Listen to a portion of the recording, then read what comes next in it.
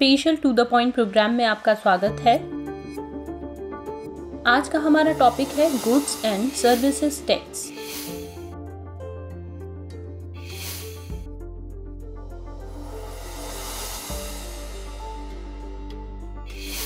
GST वस्तुओं और सेवाओं पर लगाए जाने वाला अप्रत्यक्ष कर है।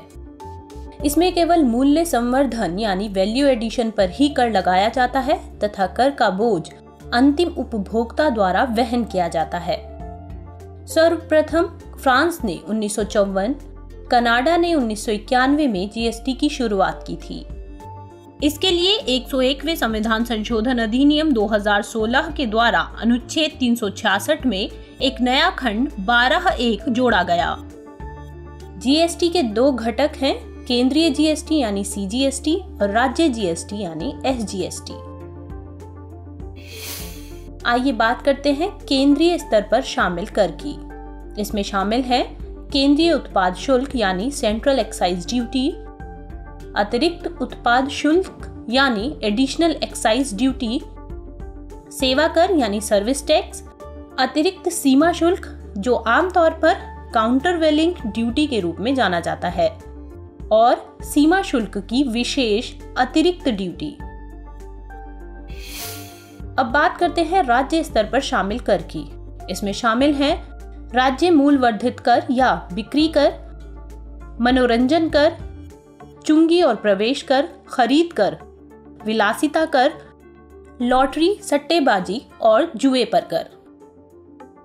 भारत में इसे 1 जुलाई 2017 को लागू किया गया। भारतीय जीएसटी मॉडल कनाडा के मॉडल पर आधारित है। जीएसटी एक गंतव्य आधारित कर है। जीएसटी का अंतिम बोझ या करापात उस राज्य के उपभोक्ता पर होता है जो वस्तु का अंतिम रूप से उपयोग करता है। जीएसटी में 5%, 12%, 18% और 28% की 4 स्लैब टैक्स दर संरचना होती है।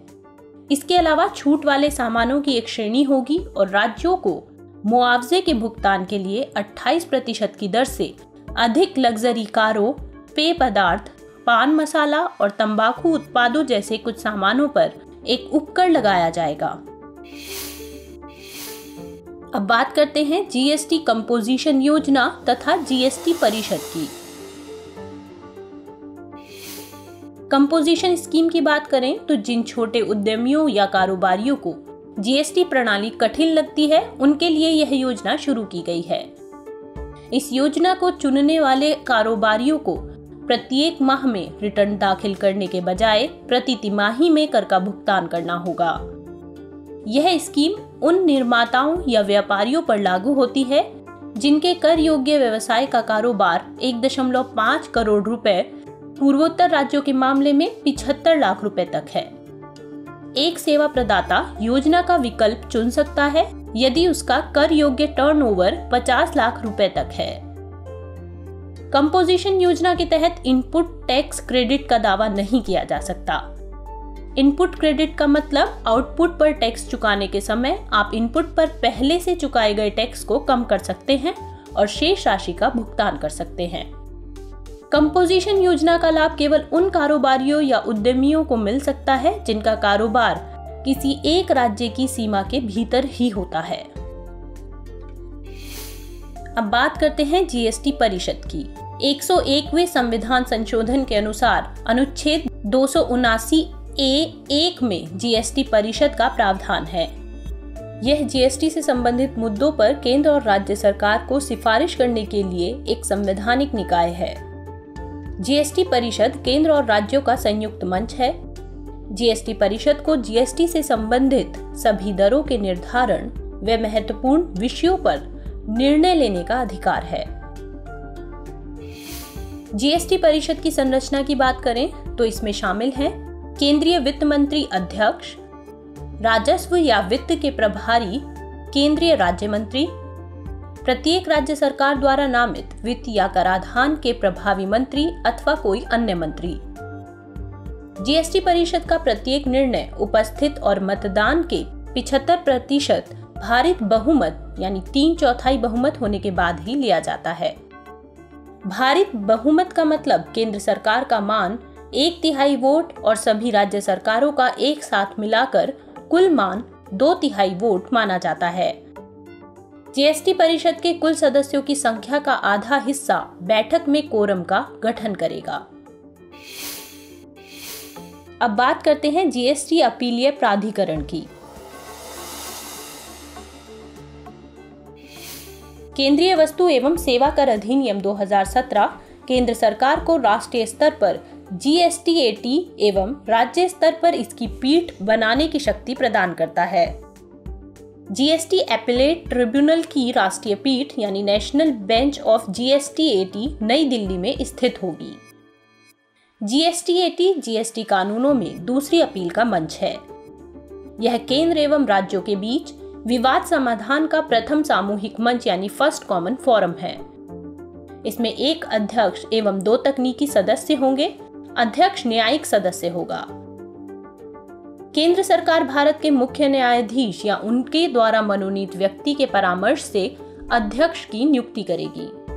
2 तकनीकी सदस्यों में से एक सदस्य केंद्र सरकार एवं दूसरा सदस्य राज्य सरकार का प्रतिनिधित्व करेगा। राष्ट्रीय पीठ के न्यायिक सदस्य की नियुक्ति केंद्र सरकार द्वारा भारत के मुख्य न्यायाधीश या उनके द्वारा नामित सदस्य की सलाह पर की जाएगी। केंद्र सरकार चयन समिति यानी सिलेक्शन कमेटी की सिफारिशों के आधार पर तकनीकी सदस्यों की नियुक्ति करेगी। अब बात करते हैं जीएसटी नेटवर्क तथा ई-वे बिल की। जीएसटी नेटवर्क की बात करें तो जीएसटी नेटवर्क की कल्पना जीएसटी की आईटी अवसंरचना के रूप में की गई है। यह गैर सरकारी तथा गैर लाभकारी संगठन है। इसमें केंद्र 24.5% तथा राज्य 24.5% की हिस्सेदारी रखते हैं तथा शेष बची हुई 51% हिस्सेदारी गैर सरकारी वित्तीय संस्थाओं की है।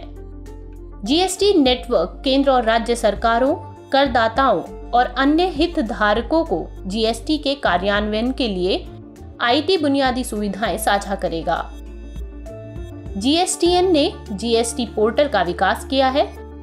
जीएसटीएन का लक्ष्य न केवल कर अनुपालन के कार्य को सरल बनाना है, बल्कि करों के भुगतान की प्रक्रिया को भी सरल, सहज और सुविधाजनक बनाना है। अब बात करते हैं ई-वे बिल की। जीएसटी के तहत शुरू किया गया ई-वे बिल सिस्टम 1 अप्रैल 2018 से देश भर में लागू हो गया है। राज्यों के बीच 50,000 रुपए से अधिक मूल्य की वस्तुओं की ढुलाई के लिए इलेक्ट्रॉनिक या ई-वे बिल अनिवार्य है। ई-वे बिल वस्तुओं के अंतर्राज्यीय हस्तांतरण की स्थिति में जारी किया जाता है। इसमें हस्तांतरित की जाने वाली वस्तुओं का विवरण तथा उस पर लगने वाले जीएसटी की सारी जानकारी होती है। इस प्रणाली से कर योग्य वस्तुओं पर निगरानी रखना आसान होगा तथा कर चोरी में कमी आएगी। वस्तुओं की आवाजाही का रिकॉर्ड रखने से उत्पादन एवं उपभोक्ता से संबंधित आंकड़े एकत्रित किए जा सकेंगे, जिससे वस्तुओं की कालाबाजारी रोकी जा सकेगी। इससे संपूर्ण भारत में जीएसटी के निर्धारण में एक रूपता आएगी और व्यापार को बढ़ावा मिलेगा।